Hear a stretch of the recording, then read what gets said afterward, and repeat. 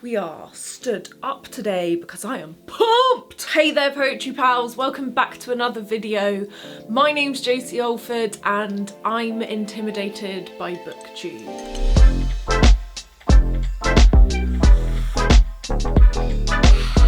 There is a lot in the Booktube community that absolutely intimidates me and I have questions. For example, how did this guy, I didn't watch the video, but how the hell did this guy read 164 books in a year? What? In this video, I'm going to expose myself as a Booktube noob and ask the community some questions. If you're watching this and you are a Booktuber, please respond in the comments or in video form.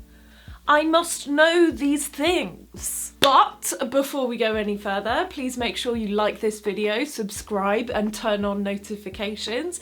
The engagement really helps small creators like me get found. And while we're on the subject, why don't you follow me on social media? I am at Josie Alford Poet on all the things. Question 1. How do you read so many books? I see people with their end of month wrap-ups and they've got stacks of books like this. How does it happen? How do you make the time? How do you even do this? Question 2. How quickly do you read? Do you have if you sit down for an hour, you'll read this many pages? How quickly do you read? Question 3, what is speed reading? At what point does reading fast become speed reading? And 4, how do you do it? How do you speed read? What is your secret? Please tell me. Question 5, how much time do you spend reading? Do you have it scheduled in? Do you have scheduled reading time? Do you treat it like a job? Is that how you do this? Is that how you do this? Do you treat it like a job and you're like, well, I must read? How? Question 6, do you even enjoy books anymore? Because if it has become a job, do you even enjoy it? I feel like if I had to force myself to read, I'd just stop enjoying it. See my English Lit degree. You know? Surely, you know that lie of if you find a job you'll love, you'll never work a day in your life. That's a lie. That is an absolute lie.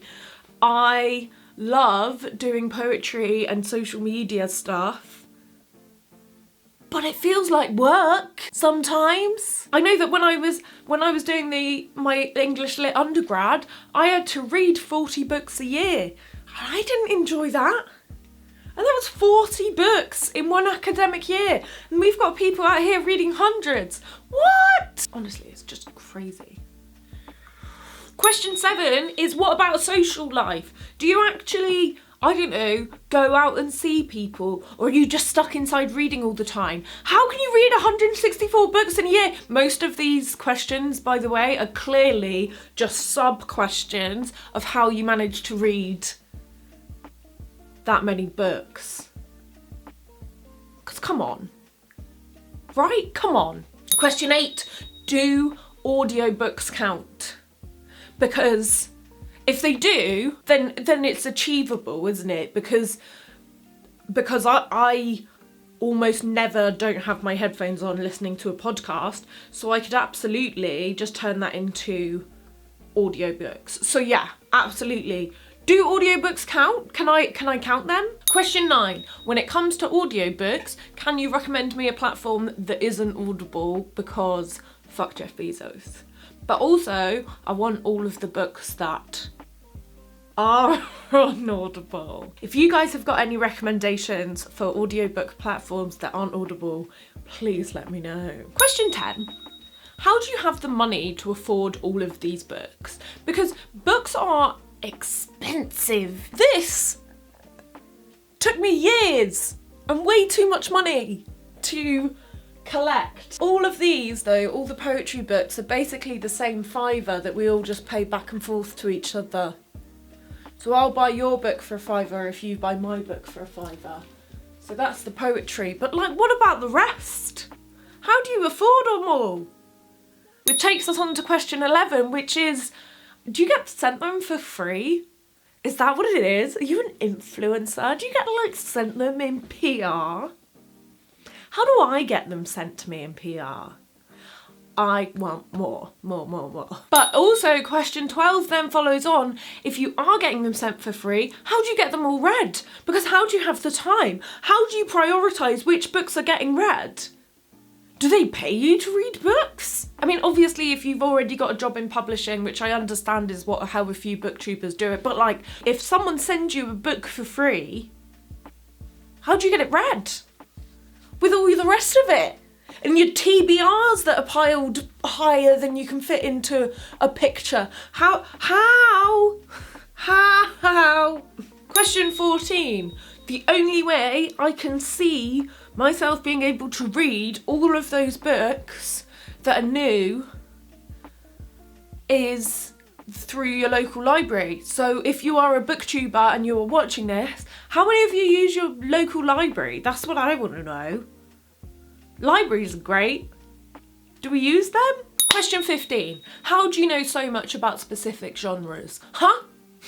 Because I once said to someone, oh, I'm really interested in reading more. I really like fantasy and sci-fi. And then you just get, have you read this? Oh, well, you haven't read that. You haven't even heard of that. What? Who are you? And it's intimidating and terrifying. And I have got 2 bloody degrees. And it is so scary. Especially genre fiction. It happens more specifically in genre fiction. But yeah, you know, it's weird, isn't it? Like, can we stop that?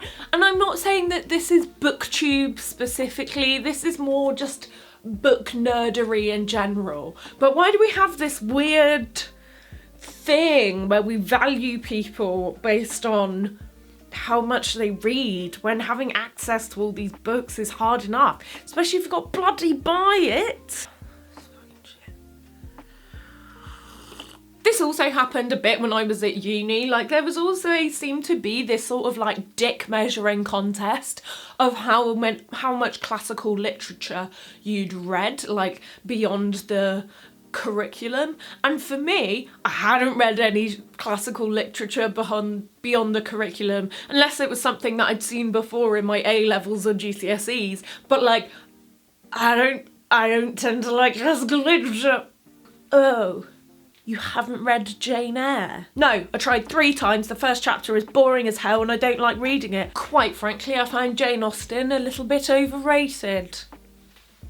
A little bit. I hate it. Says the girl who was actually commissioned to write a poem inspired by Emma. Used the commission as an excuse to write the poem with which I proposed to my husband.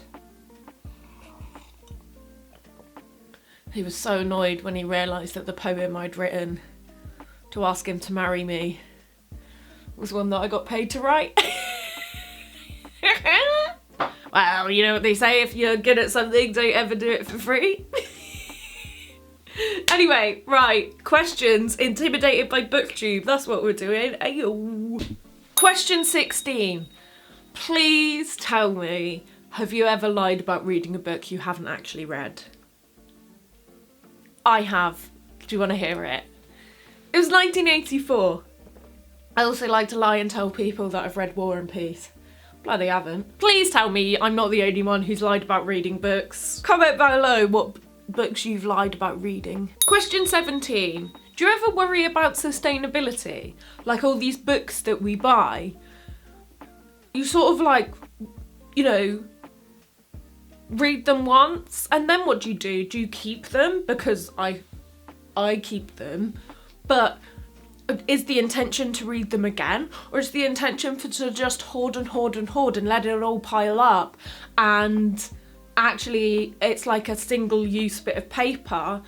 Or do you give them away? Do you sell them? What do you do? Do you worry about sustainability at all? Question 18 is actually, what do you do to be more ethical in your consumption of books? First of all, we all know that there is no such thing as ethical consumption in a capitalist society. But let's just get that out of the way. But obviously there are some easier things we can do, like not buying on Amazon or, using your local independent bookshops to order things. And obviously, like, that's great because money's going to the author and we love that. But also then we've got this whole, like, paper thing. And so then you're like, oh, well, maybe I should buy secondhand. But then you're like, oh, but then I'm not paying the author for their work. And then you're like, oh, God, then what do I do with it afterwards? Do I sell it? Do I give it to a charity shop? Do I just keep lending out my books in an ever-expanding web of loans until you forget which books are yours and you never started a spreadsheet anyway? So, yeah, what do you do? Please tell me. Question 19. Do you ever feel so overwhelmed to be constantly reading, so much so that you just give up and watch Netflix consistently every day for the rest of your life? Question 20. How do you keep track? Question 21. Is it Goodreads? Question 22. Do I have to get Goodreads? Question 23. Did you know Goodreads is owned by Amazon? Question 24. Does anyone use Storycraft? Question 25. Is it any good? Basically, I've heard about this Storycraft thing because Lena Norms did a whole post about it like over a year ago, looking for an alternative to Goodreads. Back then it was in its beta phase. I've never actually used anything to track my reading before, so genuinely, I have no idea how many books I've read over the years, but I feel like maybe I should start, and I don't really want to go to Goodreads, although it's good for the drama. Question 26. How is your book collection so clean, tidy and aesthetically pleasing? How is that possible? Do you have to buy everything from the same publisher so that they're all the same size? Because that's not how books work, right? Question 27. How do you order your book collection? Mine's alphabetical by author surname, and anything else is weird. Which brings me to question 28. If you do organise your books by colour, how the hell do you find the book you're looking for? Question 29. Please tell me that your answer to everything that came before is, it's all a lie. I only make it look like that for my YouTube videos and that the rest of my life is a mess. Please tell me your house is a mess, right? It's a mess. Please tell me that everything is messy when off camera. This is the tidiest square in my entire house. And it's chaos back there, Tom.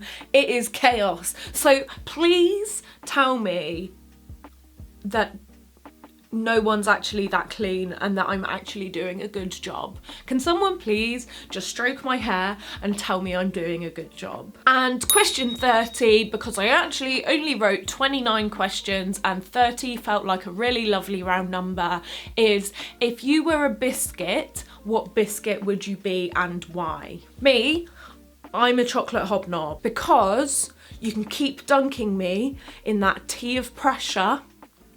Just keep dunking me, just won't break. Also, I'm best when soaked in tea. So those are my questions. If you are a booktuber, please respond in the comments or with a video because I need answers. I am so intimidated by Booktube. It'd be really nice to know that I'm not alone, or at least to learn from you guys and your techniques so that I can read more books and talk about more books. But I'm gonna level with you, I'm not sacrificing my time at the pub for this. Dedicated me, absolutely dedicated. So that's it for this week's video. If you liked this video, found it useful, funny or relatable, then please give it a like, let me know in the comments, and subscribe and turn on notifications because there's plenty more where that came from. Also, why don't you share it with the chaotic bookworm in your life? If you want to show your appreciation in monetary form, then you can buy me a coffee or subscribe to my Patreon. The links to do both are in the description down below. If you're still here thinking, damn, that Josie is really cool and very, very good looking and I would really like to see more of her, then you should follow me on social media. I am at Josie Alford Poet on all the things. Thanks so much for watching. I'll see you all next week. Bye.